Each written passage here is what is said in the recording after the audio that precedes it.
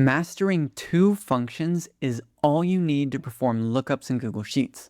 And I'm not talking about VLOOKUP, HLOOKUP, or even XLOOKUP. I'm talking about the only two functions I've used for years to add lookup functionality to over 100 unique spreadsheet builds.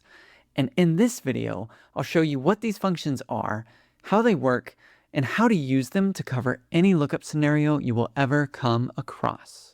To start, what are the functions and how do they work? They are the index function and the xmatch function. And with these two functions alone, you can do a vertical lookup, horizontal lookup, two-way lookup, and even a lookup with an approximate match. But before we look at each of these scenarios, let's explore what these two functions do individually.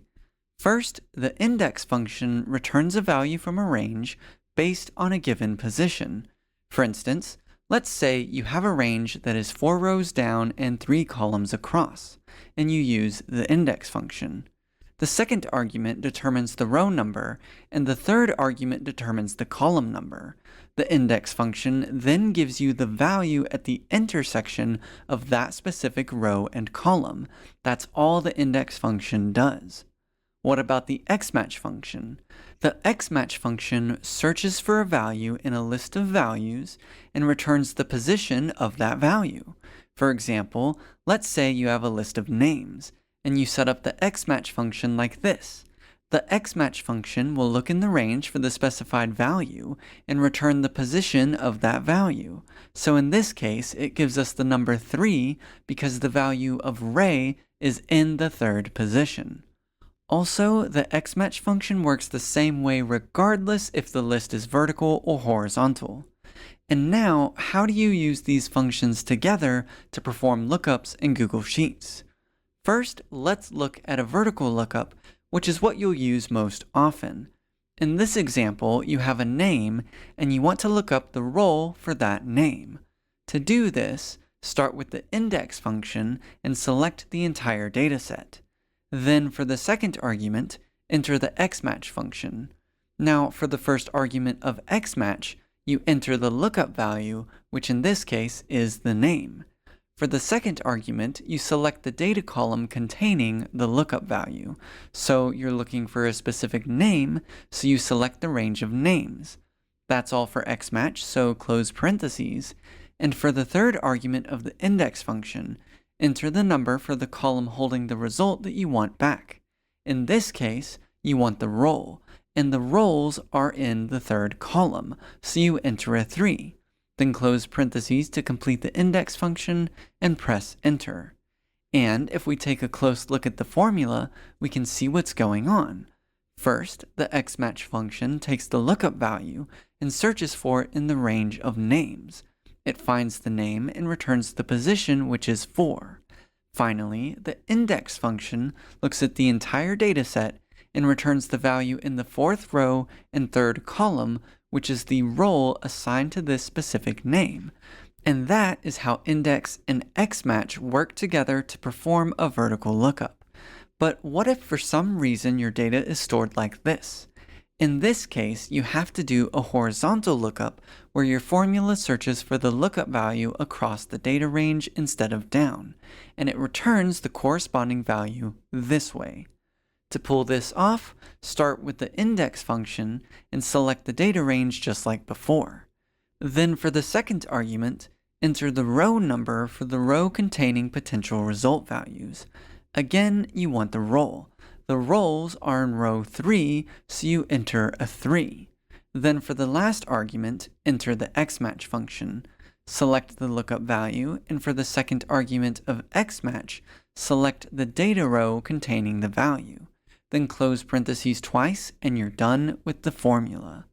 Again, the xmatch function takes the lookup value, searches for it, and returns its position, which is 2. Then, the index function looks at the data and returns the value in row 3, column 2, which is the role assigned to the name. And now that we've covered both vertical and horizontal lookups, let's move on to a two-way lookup. Oh, and really quick, if you like my teaching style and want to level up, then check out the link in the description to work with me personally. Anyway, what do I mean by two-way lookup? I mean looking up a result based on two different lookup values instead of just one. For example, let's say you want the result based on a specific name, but also based on the column label that you enter here as well. If you change this to email, for example, you get the email. And if you change the name, you get the email for that name.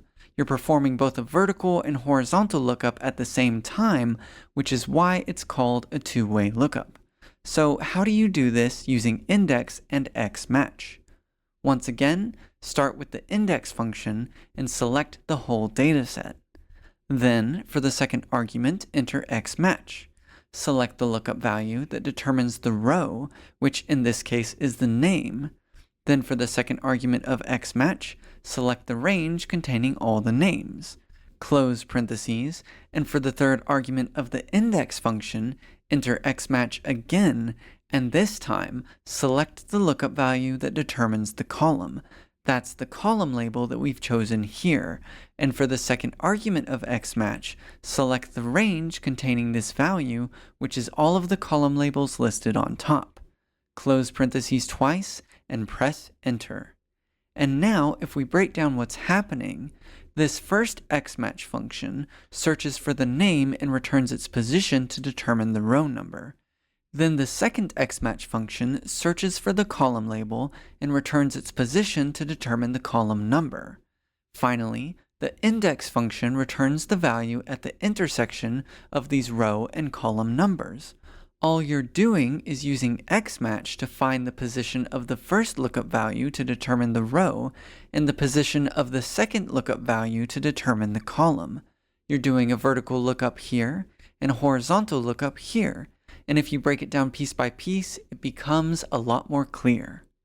Okay, for our next lookup scenario, let's explore how to do a lookup with an approximate match instead of an exact match. For example, for the salary entered here, you want to know the tax bracket that it falls under. Now, the salary may not match any of these numbers exactly. Instead, the tax bracket is determined by checking to see if the salary meets the minimum salary threshold.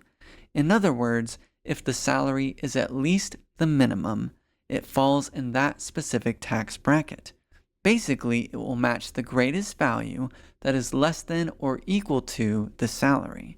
So with that in mind, how do you perform this type of match using index and xmatch? Let's take a look. Starting with the index function like always, select the data.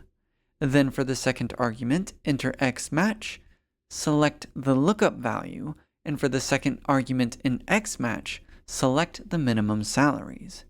And now you need to include a third argument inside of xmatch. This argument tells xmatch what kind of match you want it to do. The default is an exact match, which is why we haven't included this argument until now. But in this case, we want an approximate match. Specifically, we want to match the greatest value that is less than or equal to the lookup value. So in this case, we enter a -1.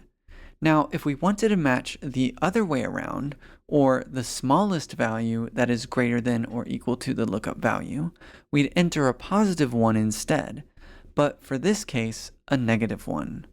Then close parentheses, and for the last argument of the index function, we want back the tax bracket percentage, which lives in the first column, so we enter a 1. Then close parentheses and press enter.